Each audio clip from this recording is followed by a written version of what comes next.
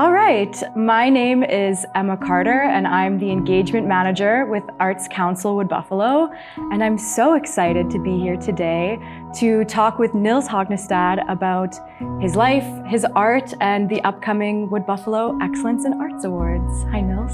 Hi, Emma. How are you? I'm so good. How are you? Good, I'm good. So I know you're an international sensation and you've worked around the world. And I was hoping you could share a bit about your experiences in the arts and how you ended up moving to Fort McMurray of all places. Okay, well, I started acting professionally in film when I was 10 years old. Prior to that, I was doing some theater, mostly community theater. And then after the age of 10, I got really hooked and needed to find art in any way I possibly could. So I did a lot of performance around town in Vancouver. And then after I graduated from high school, I ended up moving to Toronto and then getting my Bachelor of Fine Arts from Ryerson University, which is now Toronto Metropolitan University. And then I moved to London, England, and got my Diploma of Classical Performance from the London Academy of Music and Dramatic Art. And then I stayed living in England for about 5 years after that.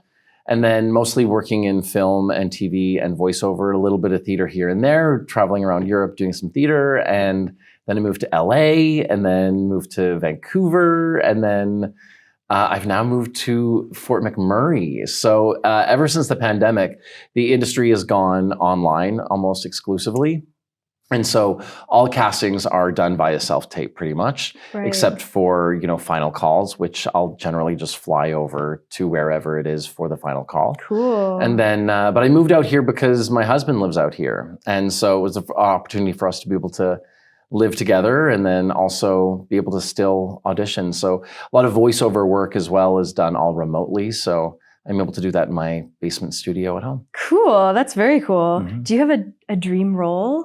A dream role? Well, I don't think the dream role exists yet, to be honest. I mean, I could say a bunch of different Shakespeare shows that I'd like to do, but I'll be honest with you, I kind of feel like Shakespeare's overdone and I am all about new work being created. Nice. So I don't think the dream role is made yet. But I like that answer. Yeah, I do a lot of writing, so I'm hoping that one of those roles comes into fruition for me. Cool. So you've been in Fort McMurray about a year. Mm-hmm. Did you have preconceived ideas before you came of what it would be like? Yes. Were they right? No, not at all. So actually, the first time I heard about Fort McMurray, I was living in London, England. And the big one. Yeah. I always need to preface that in Canada. But I was walking along the Thames and there was this big demonstration going on and there were all these photos of these Mordor-esque areas. And I was like, oh, where in America is this? What is America doing now? And then I was like, oh, this is Canada? Not my I Canada. had no idea that this existed. And I was like, this is just one province over from BC.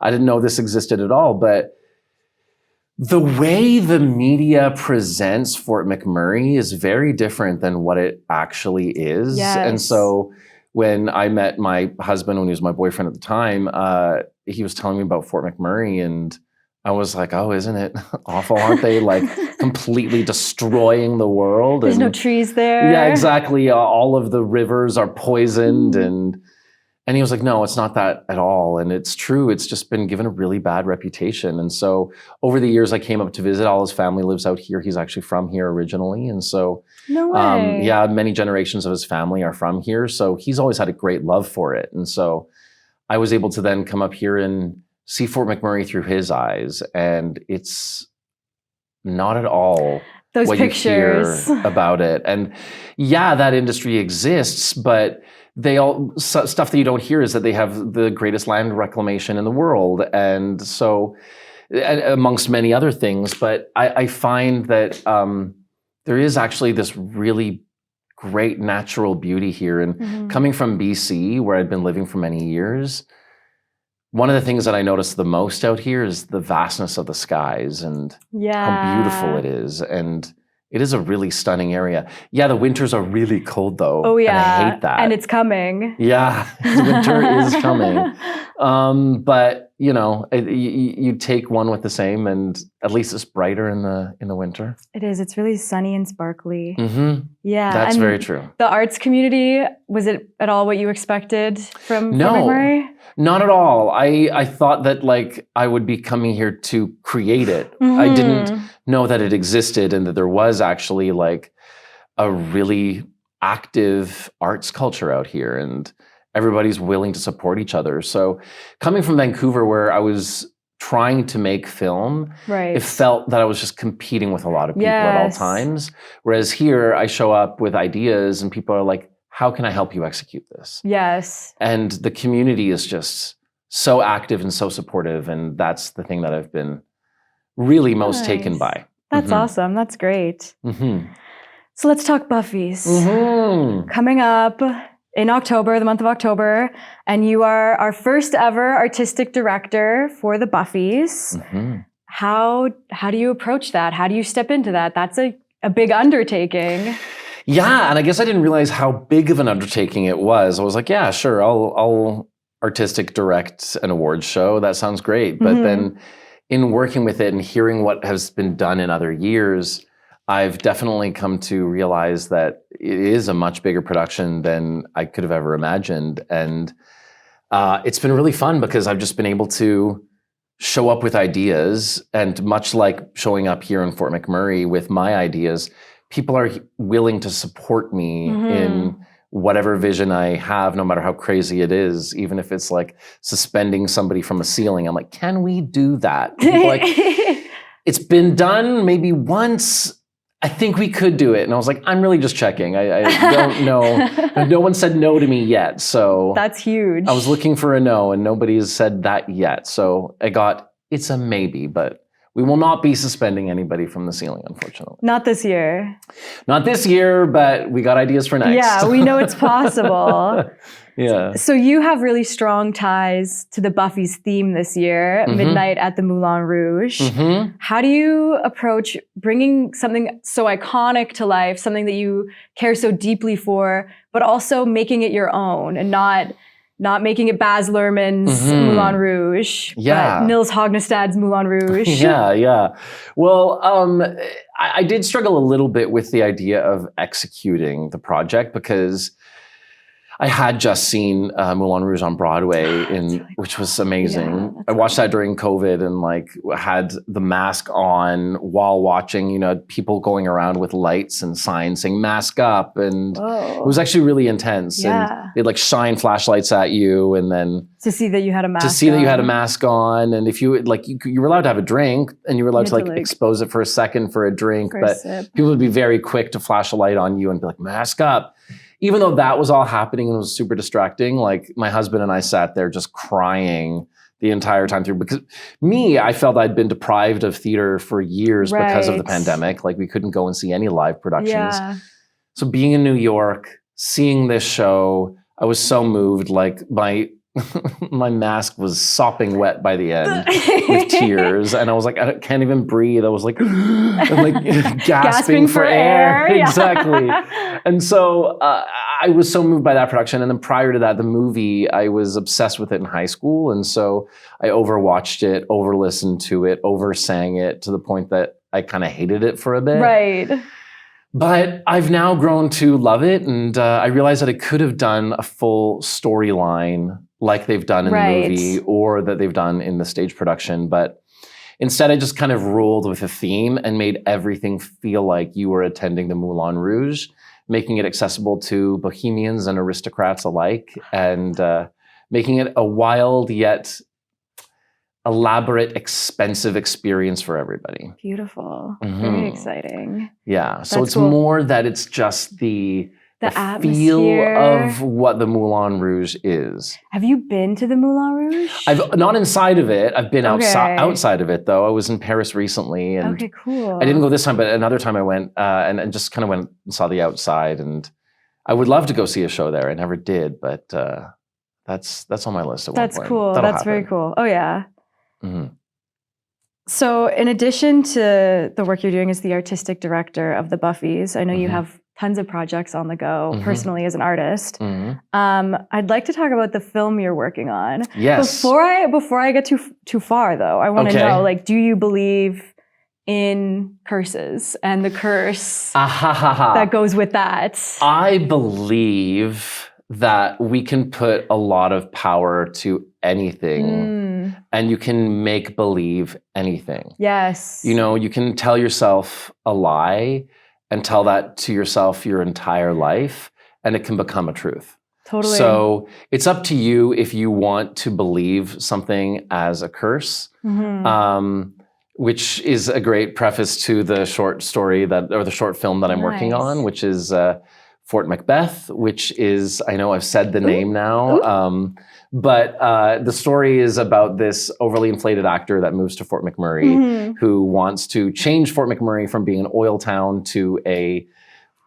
global classical theater hub. Right. And so he tries to put on a production of the Scottish play, and through the curse of Macbeth, he believes that his life and the show to be completely cursed and to fall apart. So he has to turn to the community he's been looking to change in order to be able to get his life and the show back on track. Beautiful. I'm so excited about this project.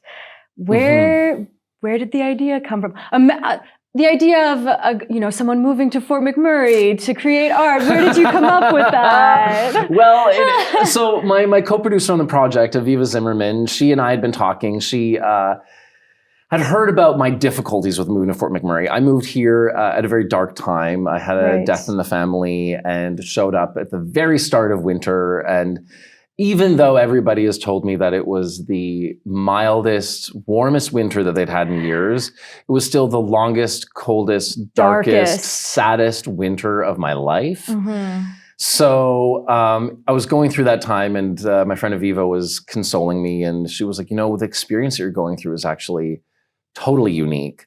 Who moves to Fort McMurray and is pursuing acting and wanting to make this work, and why not turn that into a project? Why not make that your story? And I kind of rolled with it, and I've always been fascinated by the idea of the Curse of Macbeth ever since I did the production of it in high school. And we were all very superstitious, a bunch of like high school theater nerds. Yeah, we were all very, very cheesy about it. And we would be spitting on the floor, running in circles, running out of the theater, going, merde, merde, merde.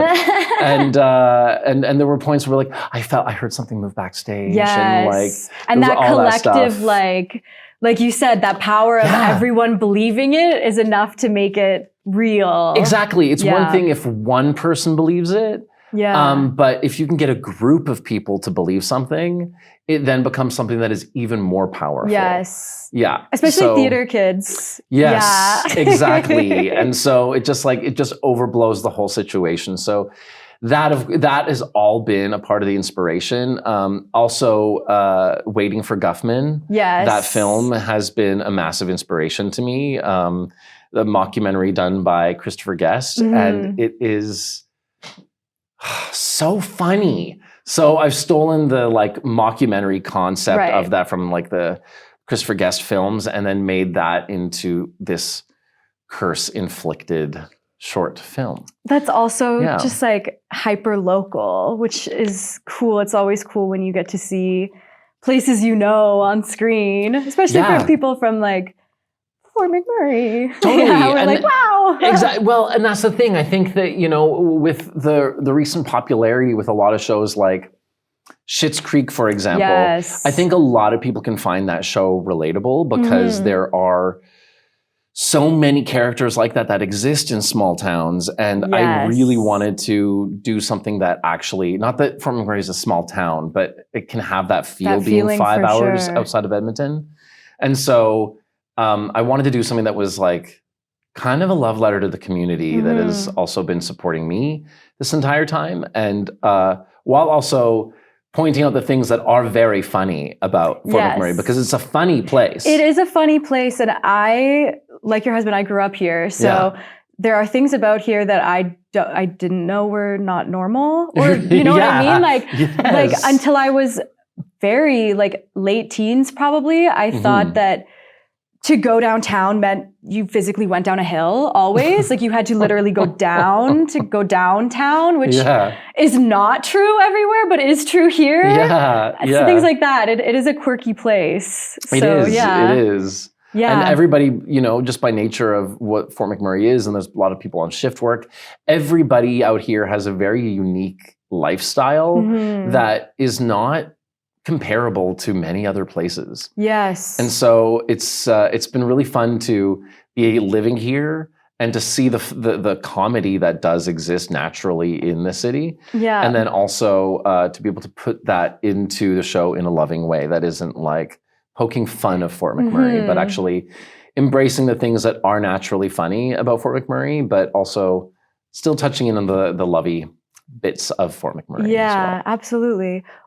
Can you share any of the kind of quirky things you discovered that surprised you when you first came here? Well, there's so many little things. I mean, first of all, TripAdvisor has, it's changed now, but when I first moved here, I was like checking out TripAdvisor to see what to do in Fort McMurray. The number 3 top thing to do in Fort McMurray was to go to New York Fries. And I was like, really? Go to Pier Pond Mall to go to New York Fries, the big city. Fort McMurray. Exactly. I'm like, French fries. We got French fries too. They're good though. They're good. They are good. They are good. Yes. The like nacho fries. They're the best. Yeah.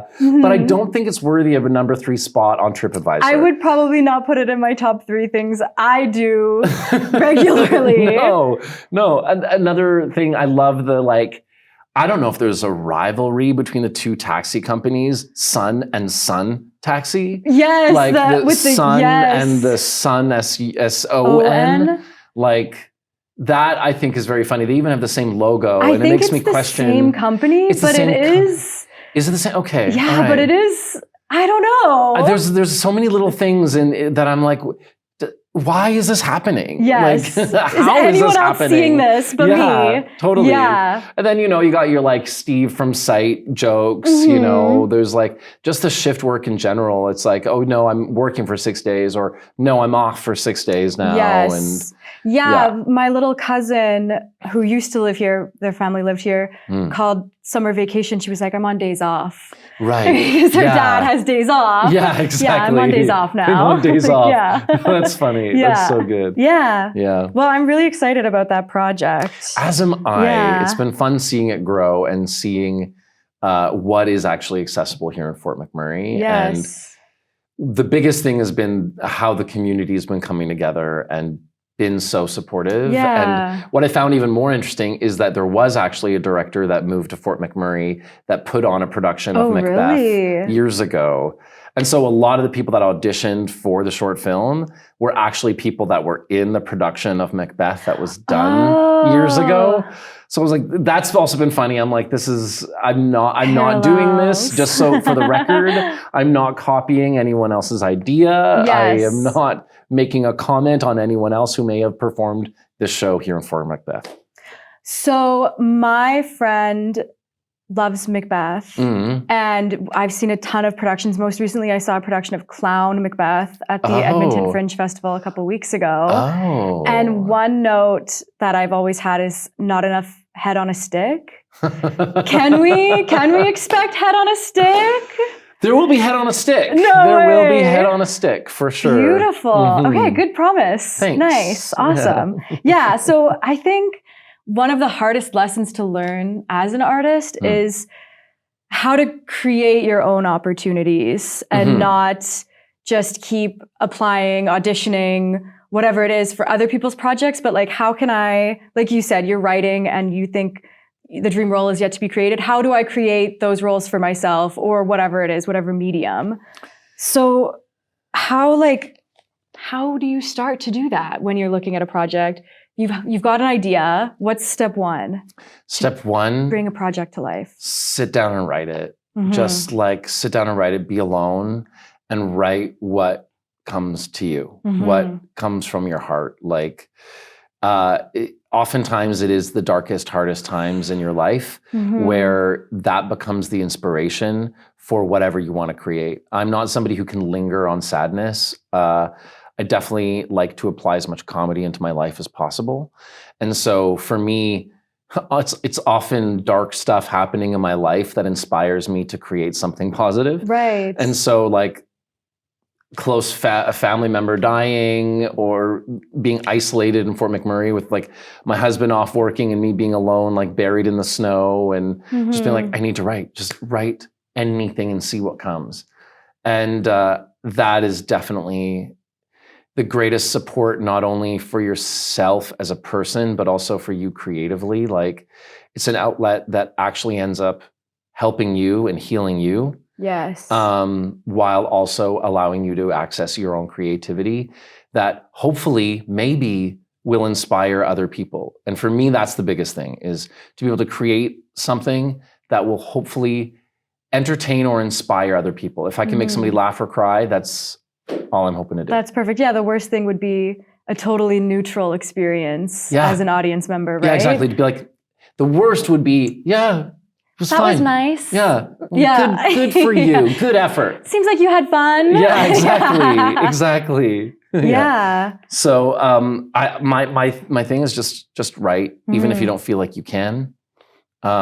Just do it, and just do it. Don't read it back right away. Give it some time and space, and then you can revisit it, because if you read it right away, you will go, this is garbage. This is shit. Yes. Like, I got to get rid of this. But if you give time, you won't be as judgmental on yourself, and you'll be able to read it back and go, oh, sure, it's not perfect, but there's definitely elements about this that I really like, right, and things that I would keep. And how do you know when you're done? How do you know when to stop? That's a good question. I'm kind of there right now. Right. I'm also working on a novel, and it's like I've been writing, and I'm just like, I'm in the editing process now, and I'm like, well, I could just edit this forever. Like, right? It could never be perfect. But I think that it always gets to a point where you have to let it go, and you have to be done with it. And I think that is generally the point when you got to be done with it. Hands off. Or at least pass it on to someone else to look at it with fresh eyes. Like for me, the novel is a whole other can of worms. It's my first time doing it. And I just need to know for myself what resonates and feels right. And when I'm going to feel like it's complete for me. And then at that point, I can give it to someone else to look at. And that'll be the first time. And then it'll give it a whole new life, because somebody will look at it with fresh eyes and have thoughts and want to talk about it. And they'll probably see things that I didn't even see, and be like, well, I want to elaborate on that a little bit more. Or they'll be like, it was garbage and you should have never started it in the first place. And then I'll know. Yes. Yeah. Then you'll know. So is it that overwhelming feeling that you're just, you hit that point of resonance, you hit that point and you know. Have you ever been in love? Yeah. You know when you know. Like it's with everything. It's, Yeah. You know already. And you don't need other people to tell you. Getting out of your own way. Yeah. Yeah. Because it's always that. It's always that. I think that any creative process, the biggest thing is getting over yourself. Yes. Because it's not about you. Right. You are a vessel for a story or for other people. Like, you are not the most important thing. You're the least important thing. Yes. Yeah. And like you said, I say it all the time, like, I really believe that art matters, and I think it matters in a community, but I think like as an individual, if you create something alone in your basement and no one ever sees it but you are a better person for having done that. And then you can go out in the community and be that better version of yourself. And so your art is impacting the world because it's impacting you, because you're healing through creating, you're expressing through creating, and all of that. Well said. Well said. Yeah, I always equate it to breathing. We need to breathe to live. And art for me should inspire. It should make people gasp or laugh or cry, do something that makes them breathe in some way. And it's all about creating more inspiration, creating more breath, creating more life. Yes. Art is so important. Yes. Yeah. Always changing, right? Walking away from the experiences transformed in some way. Yeah. Yeah. Yes, exactly. Cool. Okay. So you're here in Fort McMurray. You're filming voiceover work in your basement studio and sending it off. You're doing self-tapes. What advice do you have for other people here in Fort McMurray who dream of being in film and television? Do they have to go to LA? Do they have to go to Toronto? You know, times have changed. Like the entire industry has changed. In most major cities, they're not really doing in-room auditions unless you're doing auditions for commercials and stuff like that, where it is very immediate, very fast-paced, very fast turnaround, and they need to pair you up with other people, you know, pair you up with a whole family. They need to visually see everybody together to be like, are you believable as a family, for example, for like, I don't know, a soup ad. But it's not really happening nowadays for acting on camera. Like, it is all done pretty much preliminarily done by self-tapes. Cool. So as long as you have a good setup, you're able to do a lot with just having a good setup in your basement, or going to a studio, or going to somebody who has a setup, and then having a good reader with you. As long as you know what the expectation is of the casting director, you will be able to meet their expectations. And so the hard part is getting to know people, because I'm fortunate enough that I at least was auditioning before they were doing, you know, all on camera auditions. So I have a rapport with a good handful of a couple handfuls of casting directors that know me, have met me, have seen me publicly, and seen my work in the past. But I think that everyone nowadays has been a lot more willing to see new talent and see somebody who's unique and different. And I think now more than ever, people's differences are being embraced and accepted. And so as long as you have a space in which you can actually be recording with some good audio, good lighting, good film equipment, you'll be able to deliver a good product that... So I think that as long as you find those resources, you're going to be okay. And having somebody who's a good coach or a good guide to be able to say, give me more of this, to be able to be directed into what is expected. So as long as you know the expectations, then you'll be able to get by, which is why I've been teaching these acting for film classes. So I think that a lot of people out in Fort Mac, I don't think that there is a lot of education. I think that it's available, but there isn't a vast variety of different acting for film classes. Definitely. And I think that it's good to be able to be taught from anyone different and anyone new, because you're able to learn something new, and some things hit differently. You know, sometimes, you know, your partner, if they give you advice or tell you to do something, it doesn't hit as well as it does from somebody else sometimes. Somebody who's neutral. You're like, oh, you're just telling me that because X, Y, Z, you know? So I think that if you have somebody who's educated and knowledgeable, you'll be able to learn a lot and know what the expectations are. So that's why I'm teaching the acting for film classes, to be able to teach people what is expected of you, whether you're doing a comedy or a drama, or, you know, depending on what television network it's on, it's going to change your acting performance, because the CW is very different than ABC. Yes, yeah. And theater acting and film acting are very different, as I understand it. They are. The soul is all the same. Yes. But the technical differences are vast. And that's the biggest thing. And I think a lot of people think that the skills you learn in theater aren't transferable to film and television. But I think that that's a total lie. I think any acting is transferable into any medium, because the biggest thing in any acting, whatever the platform may be, it's just about truth. It's just about knowing what is honest for you.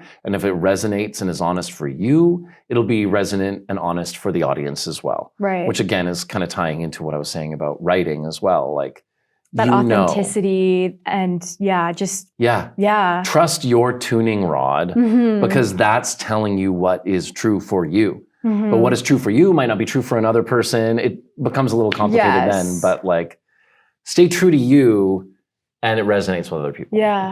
So you're teaching these film acting classes for teens, right? For teens. Do you want to plug that a little? I do. Yeah, I'd love that. So I'm teaching, it's acting for film for teens with Nils.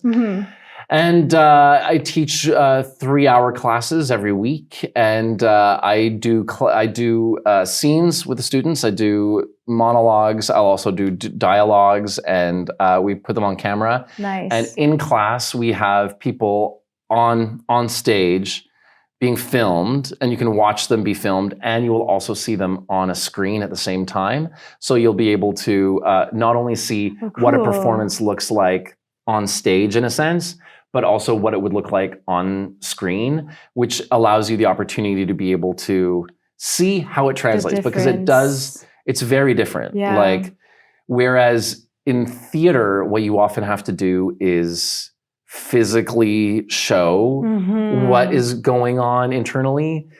On camera, all you need to do is think it and it shows. Right. You don't need to show a thing. You're not playing to the back of the house. Exactly. Yeah. Exactly. Because the thought is the most powerful thing. Yeah. You just need to think it and you're doing it. So that I love working with it. And for me, I love working with teens because it's one of the hardest ages to be as a human developing. And it's then so to be awkward on and camera. weird. And to be on camera and to Yeah. watch yourself, it's the most uncomfortable thing. But if you can get comfortable with that, you'll be comfortable with anything. Yeah. And especially doing that as a teen, it becomes one of the most empowering things. I've seen like amazing changes in students in the past from watching them evolve as being like awkward humans that don't know what to do to being like, this is me, I own me, I love me, who I am is perfect.